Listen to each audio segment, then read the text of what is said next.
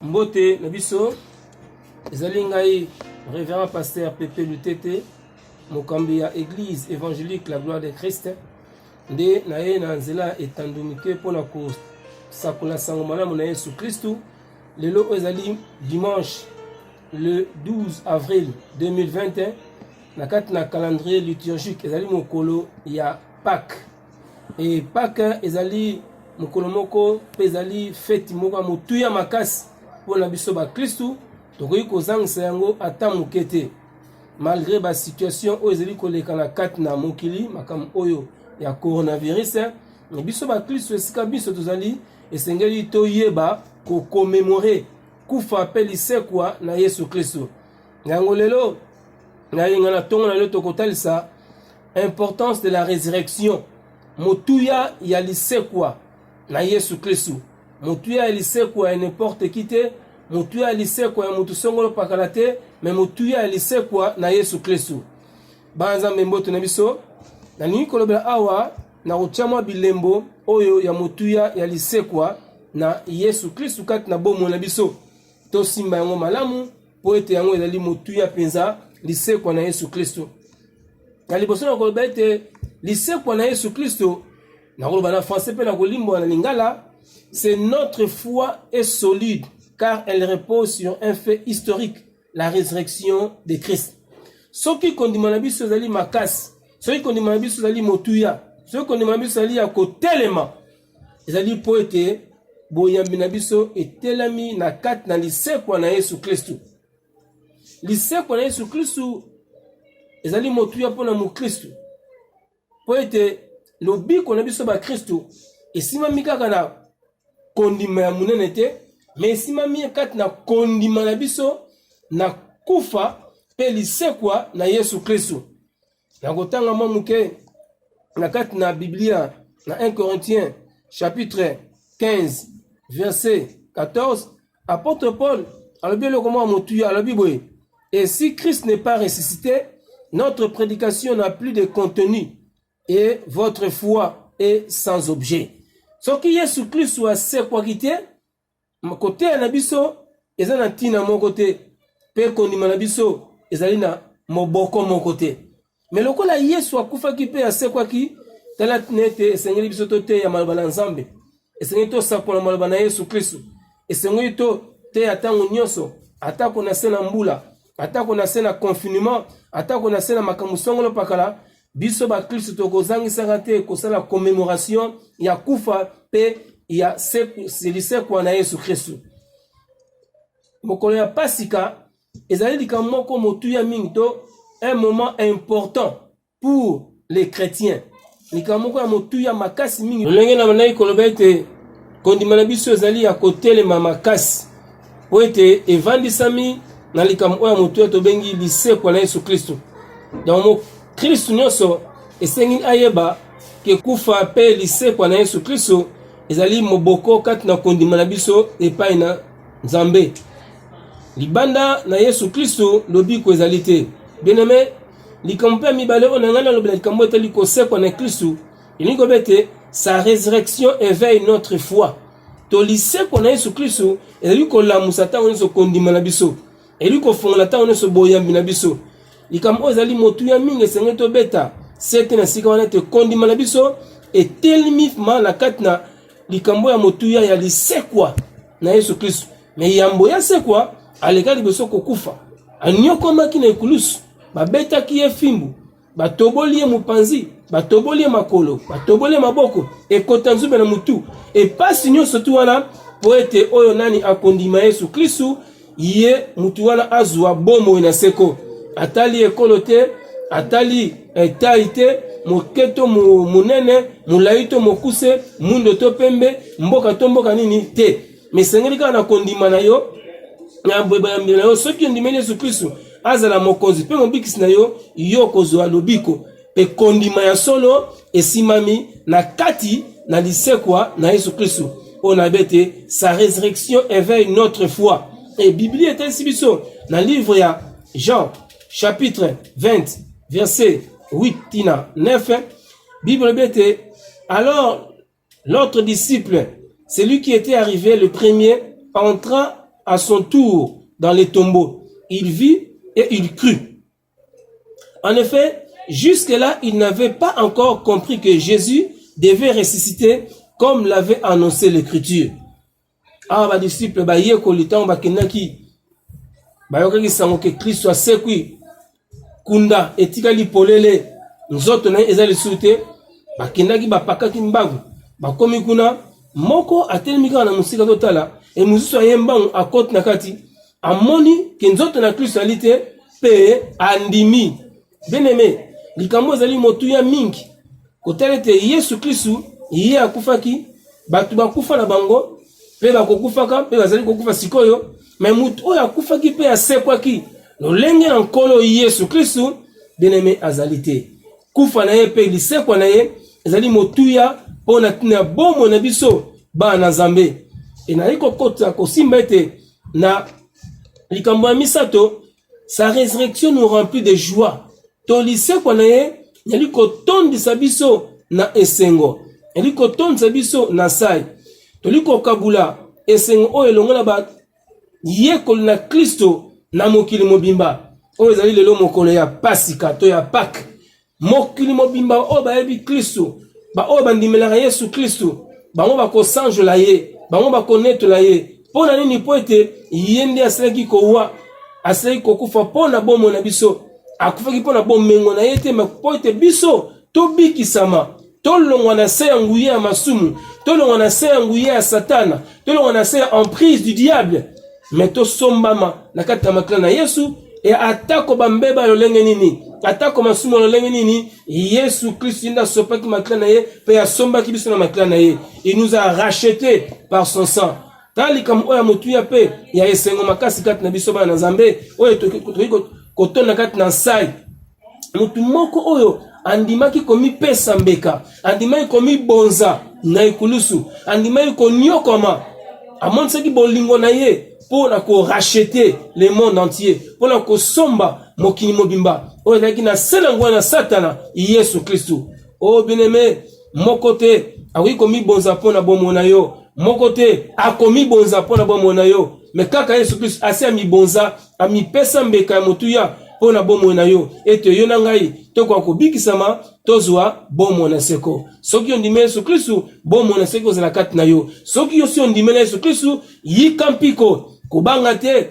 atako ba nungu ya maladi ya coronavirus atako ba nungu ya makambo ebele atako ba nungu oyo kuyiko bangisa kondimala batu na mokili yo tia elika na Yesu Kristo Yesu kati na yo elika na kembo Bible sibiso que Christ en nous l'espérance de la gloire et ce qui yo tie elika na Yesu Kristo yo zala elika na kembo bomo na yo ezali racheté to esombami kati na makla na Yesu Kristo makla ya motuya makla ya mutu oyo asile ko sala mbeba te innocent mais bazuye babaki ne kulusu banyokoli na fimbu babeti fimbu ti asili ko zongisa molimo epai na Nzambe tata bien-aimé ezali motuya mingi biso bana Nzambe to bete nous sommes heureux parce que nous croyons dans la résurrection du Seigneur et Sauveur Jésus-Christ.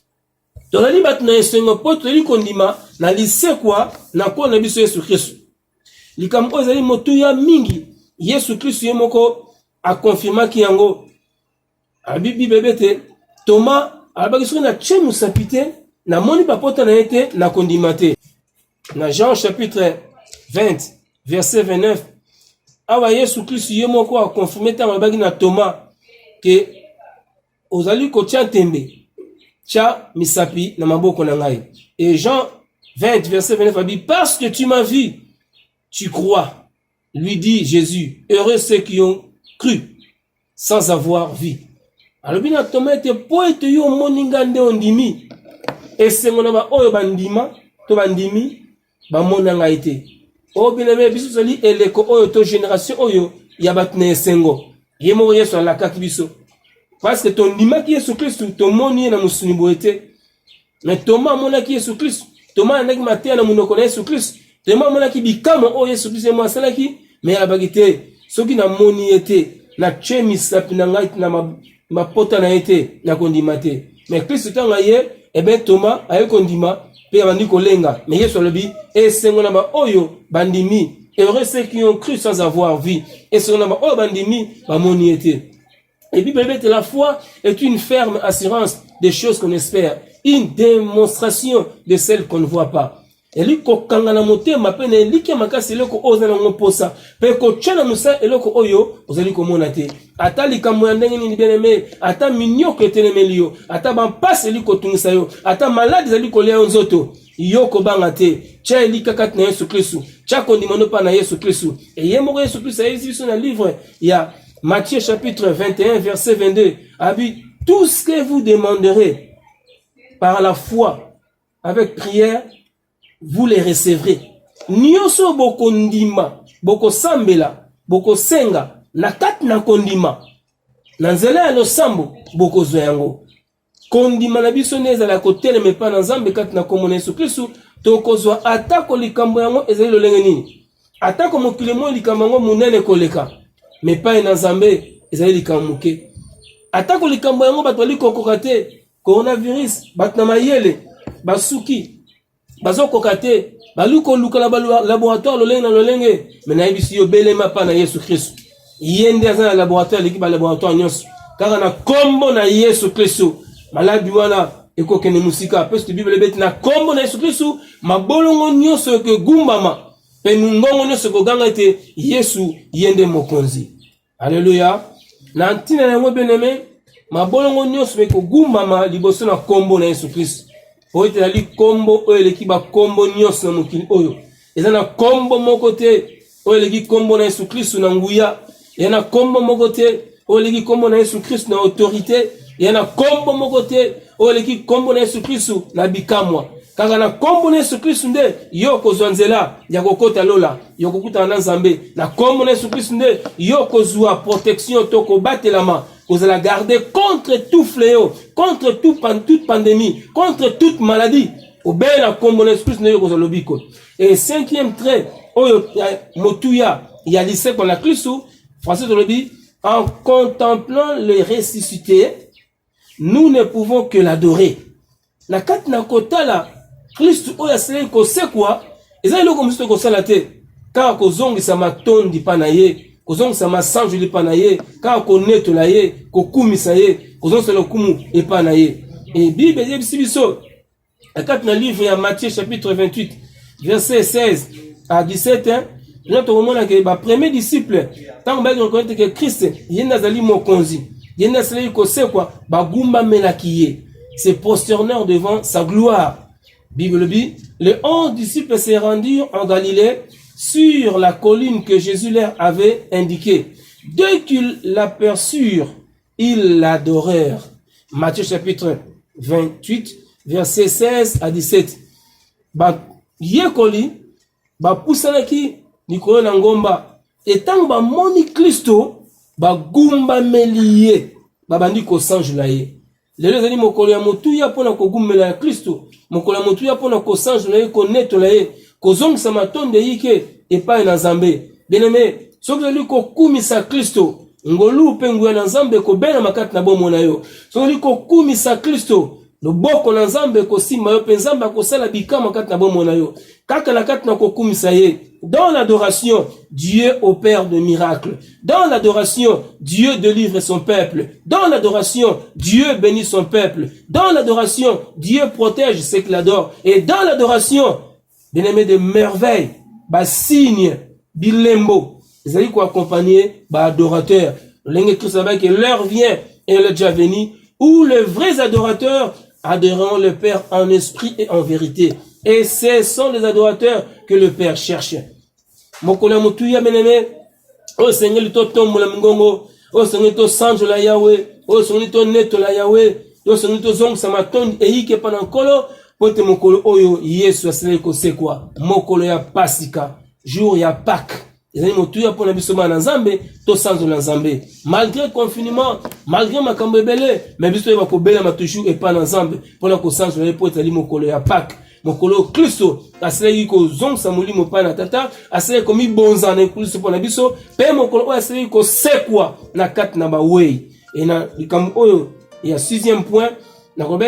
Grâce à la résurrection de Christ, sa crucifixion prend un tout autre sens.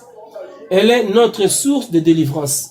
Pona tina ya lisekwa na Kristo nde kobaka na ekulusu ezui penza lolenge ya kozaela pe ezali lijiba ya kokangolama. Sa résurrection est notre source de délivrance. Bien-aimé, sans la résurrection de Christ, la croix de Christ tokufa na Christ na ekulusu engoza na tina mokote, engoza na sens mokote. Mais tant ya kufi au moins que oui akufi et ba mibi o babaki pe na ekulusu na gauche na droite. Si mango pe bakufaki, mais eloko motu ya Kristu sima mikolo misato ye asekui. Alors kufa na ye ezui importance, kufa na ye ezui ngolu, kufa na ye ezui makasi, ezui ntina à cause ya sekwa na Yesu Kristu. Et ce qui ont été yango nezali lijiba ya kokangola maya bomo na biso ba Kristu. Ezali source de notre délivrance, source de notre libération, source de notre salut, la résurrection de Christ. Il y a un ce que mokolo ya Pâques ezali très important pour na biso ba Kristo. Eli mokolo ya mutuya pour na biso ba Kristo. Tobele maipa na Nzambe. Même en famille, même en cellule, et si ka songolo pakala, tous dans la prière, l'église universelle, il y a Christ, le corps de Christ dans le monde entier. Les animaux qu'on la prière, tu collection karaboyete, tu koumi sans âme, tu adorer Jésus Christ. On a likamamo tu ya ça qui pour nabiso. La quatre adoration na source, il y a délivrance nabiso. Bien aimé, dans un premier temps, ma disciple Emmaüs et bango, babana yiko tu ko rêver, babana yiko regretter, comment on a dit ah, quand on a biso pensa kei, hier on a ça la biso bikamwa. Ye o abane ko penso pesa so matea ya kitoka manai ko lendi sa mitema na biso abane ko bondi sa biso mitema ya abane ko sa bikama to yakine longo yakima la mingi bazaki na mawa mais soko tani na carte na Biblia na livre ya Luc chapitre 24 verset 21 au Bitatina 25 na verset 26 Bible dit nous avions espéré qu'il était celui qui devait délivrer Israël, mais hélas voilà déjà 3 jours que tout cela est arrivé. Alors Jésus leur dit, ah, hommes sans intelligence, vous êtes bien lents à croire tout ce que les prophètes ont avancé. Le Messie ne devait-il pas souffrir toutes ces choses avant d'entrer dans sa gloire? Tala attitude, tolo lenge, oyo ba yekoli, ba disciple, Otobi ya Emmaüs, bazalaki nango. Balobi très bien, nous avions espéré qu'il était celui qui devrait délivrer Israël. Biso tolika ki ete alingaki azala oyo asengelaki asikola Israël. Mais hélas, donc passe. Mais hélas, et autant ça le lenge mitema na bango yo espoir ezalaki souté. Et autant ça le lenge mitema na oyo komaki na déception.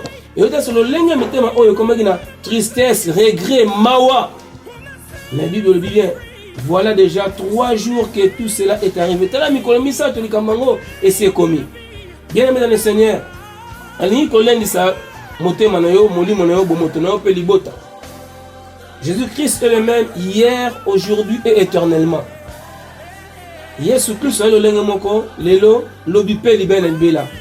Iye abongo na te pe akobongo na te nali ko benda maele pe makanisi na yo bana na Nzambe quel que soit ba vents et marées le lenge mokuzeli ko tambula regarde batno sali tourner vers coronavirus tala kuna bato akufi ebele boy bato akufi motako boy menga na yebisi yo tombola misno e pa na Yesu Christ o bali ko ganga makama coronavirus na ba économique bali ko leksa makama ebele maintenant bazui kisi oyo ko iko succès ngote mais kisi moko ngana ko yebiselo Yesu Kristo soko ndimeli Yesu Kristo yoko za bomo na seko coronavirus eliko boma mais lipa na bomo ya Yesu Kristo abi Jésus le pain de vie oyo ko lianga akoza bomo na seko oyo ko mena makana ngai ye akoumela seko na seko lelo moko na paka na invité yo oleka na mesa na nkolo olia nzoto na nkolo omela makila na nkolo yende na kati na ngono kozwa bomo na seko il est le pain de vie lipa na bomo inalingi ko bonda pona bakristo banso kati na mokili mobimba oyo bazwi occasion ya kolanda mateya oyo meme ozwi occasion ya kolanda mateya oyo te nayebi ete nkombo na Yesu Kristo ekosunga yo tya kondima mpa na Yesu ali kobonda mpo na ntina na yo Kolo Yesu Kristo yo mokonzangu ya nyonso yo ne mojalisi na likolo mpe na se yo nondimaki komibonza komipesa mbeka na ekulusu po ete oyo akondimela yo akufa te azwa bomoi na seko tala lelo toli kokomemore mokolo ya eyenga ya pasika malgré confinement malgré lockdown fika nkaza na kombo na Yesu Kristo bana nzambe nyonso esika bali kolanda losambo oyo kolo osembo loboko simba bango babeli babika bakakatani basikolama bakangolama milimo na satana ekende musika oyo nani akoparticipe na mesa na nkolo akolia sainte oyo nkolo bikamwa bibika kati na bomo na ye bomo na seko eumela kati na ye yazala guéri au nom de Jésus-Christ na pesi ba famille na souffrance kati na mokolo nzambe na bonde pe na ba prisonnier kuna na maboloko na bonde pe na ba étranger na bonde pe na tina ba veuve ba orphelin orpheline ba délaissé nzambe sunga pe kamba bango lokumu engi na kati na mboka nkolo na kombo kitoko na Yesu Kristo na mokozo yiko commémorer liseko na yo mama na yo netuna na yo sanjuna na yo pambolama libena libela yanga bita mokonza makosi lokumu zo wakati na yo lokumu pono nkolo na kombo na Yesu Kristo amen.